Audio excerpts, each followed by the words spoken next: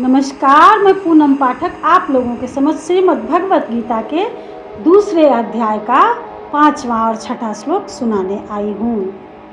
ओम नमो भगवते वासुदेवाय।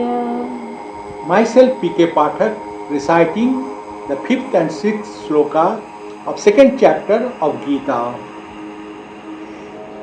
In the preceding verse, Arjun, being excited, revealed his decision to Lord Krishna.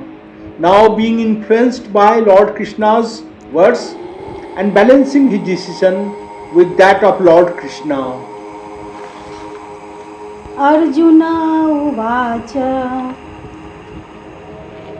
गुरून् हत्वा हि महानुभावान् श्रेयो भोक्तुं भेक्षम् अपि लोके हत्वार्थकामास्तु गुरुर्निहैव भुञ्जीय भोगान् रुधिरप्रदिग्धान्. Better to live on alms in this world than to slay these noble elders, because after killing them we could enjoy only blood-stained pleasure in the form of wealth and sense objects. अब मैं 5th श्लोक सुनाऊंगी। ऐसे महापुरुषों को जो मेरे गुरु हैं, उन्हें मारकर जीने की अपेक्षा इस संसार में भीख मांगकर खाना अच्छा है।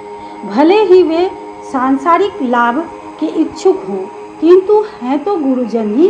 यदि उनका वध होता है तो हमारे द्वारा भोग प्रत्येक वस्तु उनके रक्त से सनी होगी। तात्पर्य, शास्त्रों के अनुसार ऐसा गुरु जो निंद कर्म में रत हो और विवेक शून्य हो त्याज्य है। दुर्योधन से आर्थिक सहायता लेने के कारण भीष्म तथा द्रोण उनका पक्ष लेने के लिए बाध्य थे। यद्यपि केवल आर्थिक लाभ से ऐसा करना उनके लिए उचित न था।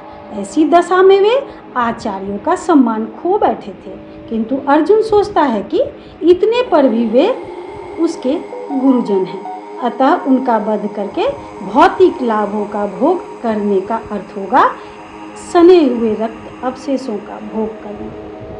यहीं पे 5वां श्लोक समाप्त होता है।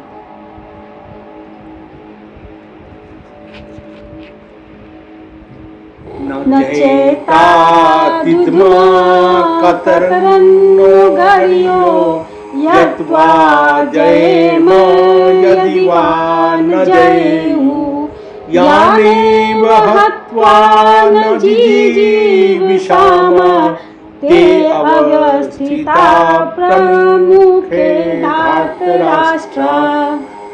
We do not know which is more meritorious for us, to fight or not to fight, nor do we know whether we shall win or they will conquer us. The sons of Dhartarashtra, by killing whom we do not even wish to live, are arrayed against us. अब मैं 6ठा श्लोक सुना रही हूँ। हम यह भी नहीं जानते कि हमारे लिए क्या श्रेष्ठ है, उनको जीतना या उनके द्वारा जीते जाना।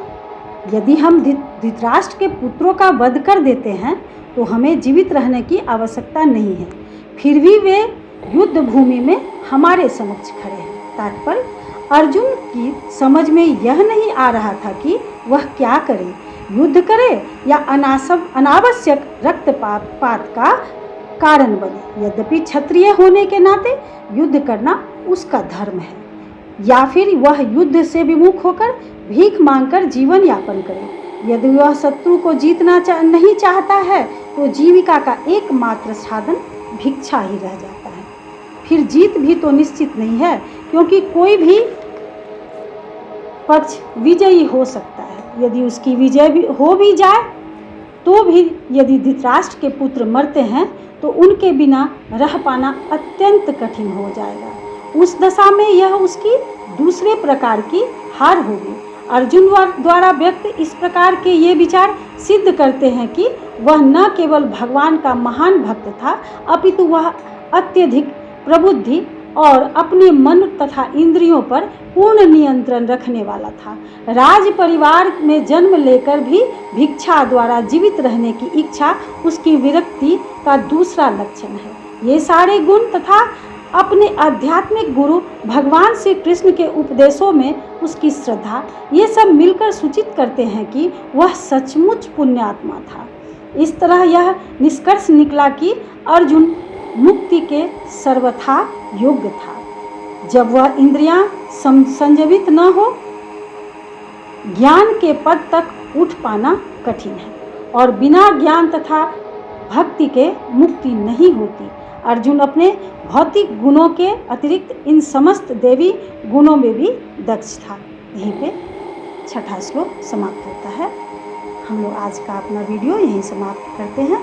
अगले वीडियो में अगले श्लोक के साथ फिर आप लोगों के समक्ष हाजिर होंगे। तब तक के लिए नमस्कार, धन्यवाद।